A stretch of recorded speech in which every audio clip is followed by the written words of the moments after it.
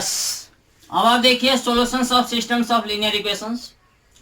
जैसे मान लीजिए कि आपको दिया गया है इक्वेशंस a1x प्लस b1y बराबर में आपको दिया गया d1 और आपको दिया गया a2x प्लस b2y और बराबर में दिया गया d2 और कहा यह जा रहा है कि आप मैट्रिक्स मेथड का इस्तेमाल करके मैट्रिक्स मेथड का प्रयोग करके आप x और y का वैल्यू ज्ञात कीजिए।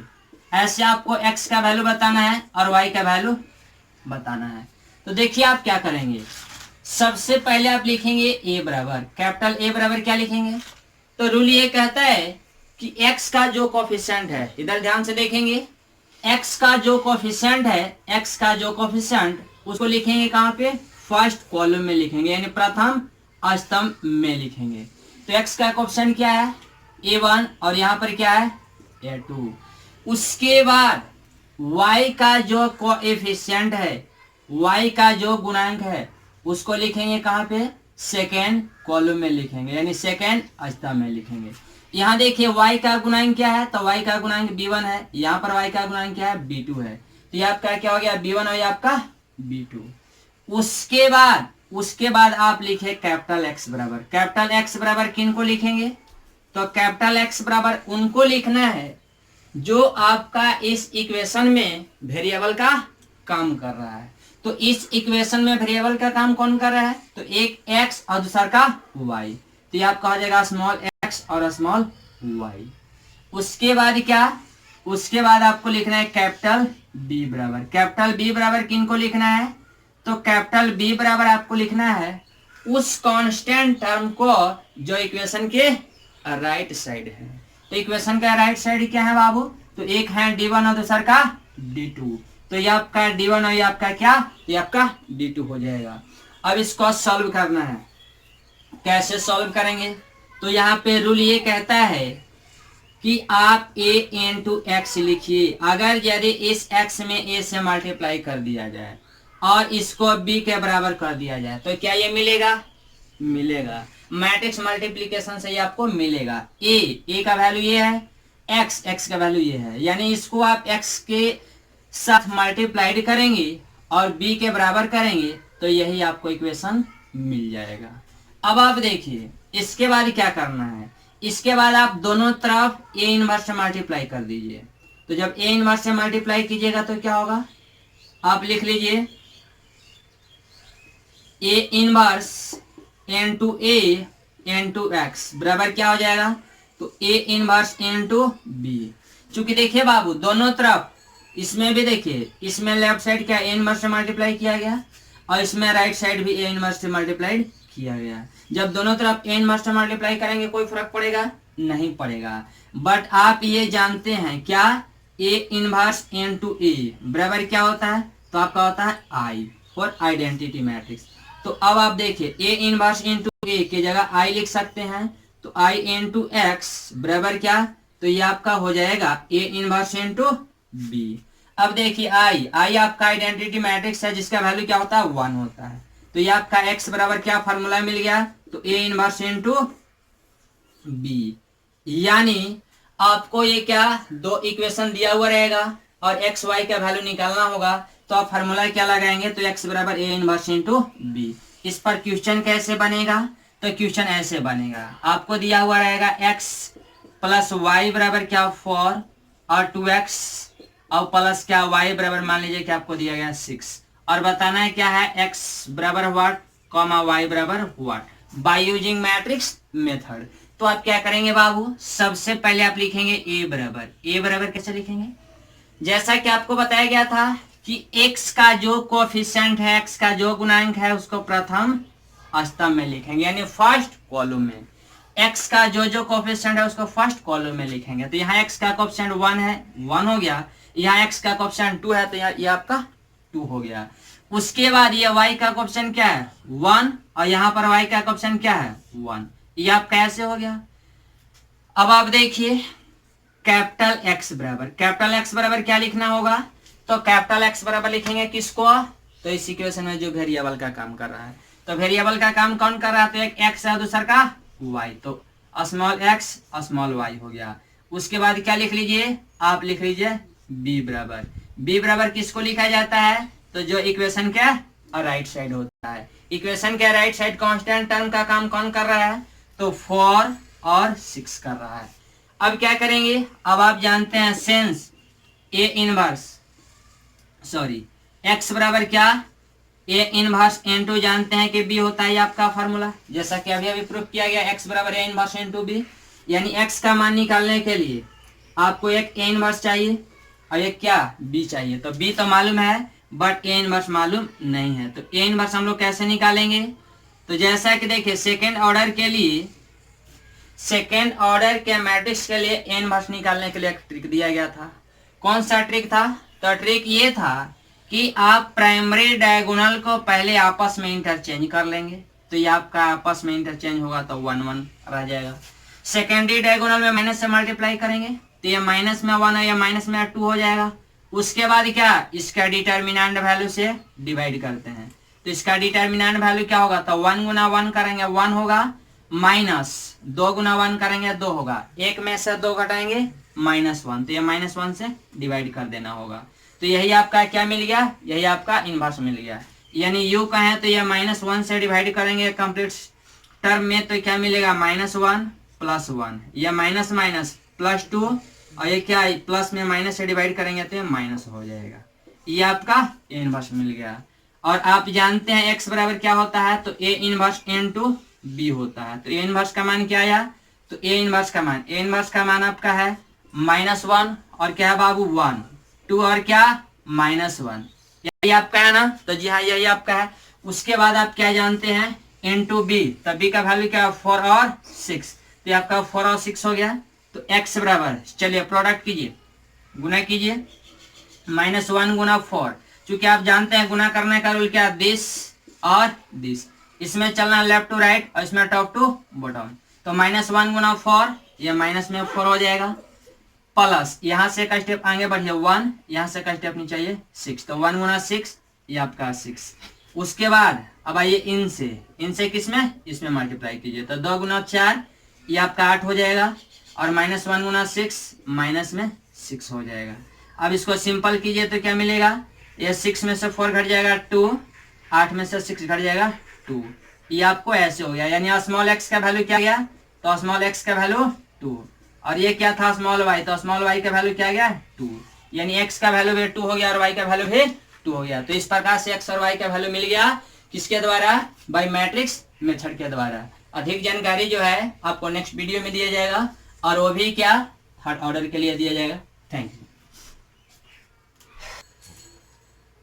जैसा कि यहाँ पर दिया गया बाबू, a1x + b1y + c1z बराबर d1, a2x + b2y + c2z बराबर d2, और a3x + b3y + c3z बराबर d3। यानी 3 इक्वेशन दिया गया है और 3 आपका क्या अननोन है।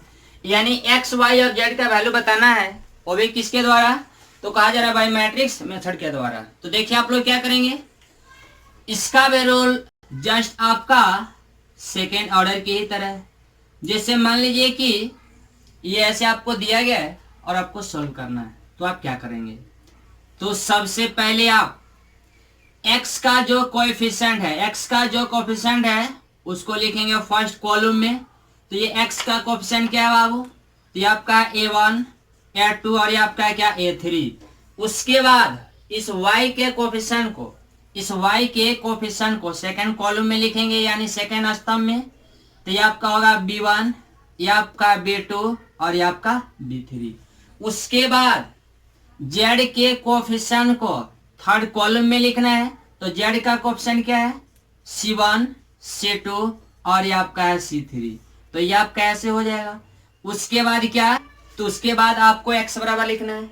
x बराबर किसको लिखेंगे, तो कैपिटल X बराबर आपको लिखना है उन टर्मों को जो टर्म इसमें वेरिएबल के रूप में है या फिर वेरिएबल का काम कर रहे हैं। तो वेरिएबल का काम कौन कर रहे हैं, तो एक x एक y और एक क्या z। तो ये x y और ये आपका z हो जाएगा। उसके बाद क्या, उसके बाद लिखना है कैपिटल B बराबर किसको लिखना है, तो इक्वेशन के राइट साइड जो टर्म कांस्टेंट के काम कर रहे हैं उन्हें लिख लेना है। तो देखिए तो इक्वेशन का राइट साइड में कौन कौन सा टर्म है, तो एक आपका है D1, एक आपका है D2 और एक आपका है D3। ये आपका ऐसे हो गया। अब आप जानते हैं क्या, a(n)(x) बराबर क्या b। चूंकि इस a को इस x के साथ मल्टीप्लाई कर दिया जाए और ये b के बराबर कर दिया जाए, यानी इनके बराबर कर दिया जाए, तो ये आपको इक्वेशन मिल जाएगा। अब एक काम कीजिए, दोनों तरफ a इनवर्स से मल्टीप्लाई कर लीजिए। जब a इनवर्स से मल्टीप्लाई कीजिएगा तो क्या होगा, तो a इनवर्स n(x) और बराबर में क्या, तो a इनवर्स b होगा। अब आप देखिए a इनवर्स या फिर a इनवर्स a का वैल्यू क्या होता है, i होता है। तो जब a इनवर्स a का वैल्यू i होता है तो ये आपका i हो जाएगा। तो i x बराबर a इनवर्स और इंटू में क्या b। यहाँ से x का मान निकालिएगा तो ये आपका a इनवर्स और इंटू में क्या, इंटू में आपका b हो जाएगा।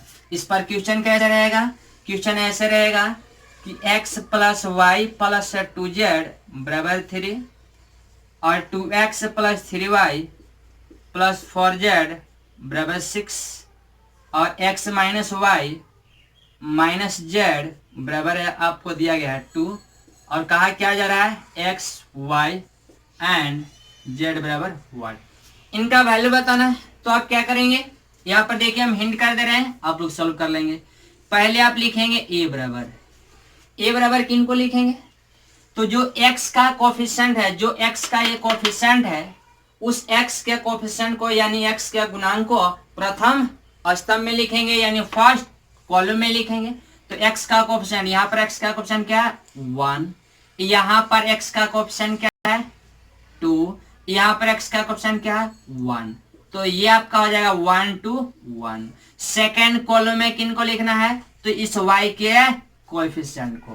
तो y का कोफिशिएंट यहाँ पर क्या है 1, यहाँ पर y का कोफिशिएंट 3, यहाँ पर y का कोफिशिएंट -1। उसके बाद यहाँ पर क्या z का कोफिशिएंट क्या है, तो z का कोफिशिएंट क्या है 2, यहाँ पर क्या है 4 और यहाँ पर क्या है -1। तो ये आपका क्या हो गया, तो ये आपका a बराबर हो गया। उसके बाद लिखना है x बराबर किनको लिखेंगे, तो x बराबर उन टर्मों का लिखेंगे जो इस इक्वेशंस में वेरिएबल का काम कर रहा है। तो वेरिएबल का काम कौन कर रहा है, तो x y और z। तो ये आपका x y और ये आपका z हो जाएगा। उसके बाद क्या, उसके बाद आपको लिखना है क्या, कैपिटल B बराबर किनको लिखेंगे, तो कैपिटल B बराबर उन एलिमेंटों को लिखेंगे जो इक्वेशन के राइट साइड में कांस्टेंट टर्म का काम कर रहा है। तो कांस्टेंट टर्म का काम कौन कर रहा है, तो 3 6 और क्या 2। तो आपका 3 6 और 2 हो जाएगा। अब आपको बताना है क्या, अब आपको बताना है कैपिटल X का वैल्यू, यानी U कहें तो क्या स्मॉल x और स्मॉल y और क्या स्मॉल यस। अब आप जानिए कंसिस्टेंसी, जैसा कि लिखा गया है क्या, consistency of a system of a linear equations. किसी लीनियर इक्वेशन का कंसिस्टेंसी कैसे जानेंगे, कब आप जानेंगे कि ये गिवन सिस्टम ऑफ इक्वेशन जो है वो कंसिस्टेंट होगा और कब इनकंसिस्टेंट होगा। तो यहाँ पर देखिए पहला कंडीशन ये है कि if determinants of A not equal to 0 then given system of equation is consistent and has unique solution. यदि डिटर्मिनेंट का वैल्यू 0 के बराबर नहीं है, यदि डिटर्मिनेंट का वैल्यू 0 के बराबर नहीं होता है तब दिया गया सिस्टम ऑफ इक्वेशन जो है वो क्या होता है, कंसिस्टेंट होता है। उसका क्या को सॉल्यूशन होगा, तो उसका एक सॉल्यूशन होगा। सेकंड में क्या है, सेकंड में यहाँ पर कंडीशन ये लिखा गया है कि if determinants of A equal to 0, यदि ए का डिटर्मिनेंट 0 के बराबर हो और adjoints of A into B not equal to 0 हो तब given system of equation is inconsistent and has no solution. अगर यदि डिटर्मिनेंट्स ऑफ ए का मान 0 के बराबर है और adjoints of A into B का मान यदि 0 के बराबर नहीं है तब दिया गया सिस्टम ऑफ इक्वेशन जो होगा वो आपका इनकंसिस्टेंट होगा और इसका कोई भी सॉल्यूशन नहीं होगा। और यदि डिटर्मिनेंट्स का मान 0 के बराबर है और adjoints of A into B का मान 0 के बराबर है तब given system of equation is consistent and has infinite solution. अगर यदि क्या डिटर्मिनेंट्स ऑफ ए का मान भी जीरो है और क्या एडजॉइंट्स ऑफ ए इंटू बी का मान भी जीरो के बराबर आता है, तब दिया गया सिस्टम ऑफ इक्वेशन जो होगा वो क्या होगा, कंसिस्टेंट होगा और उसका क्या सोल्यूशन होगा।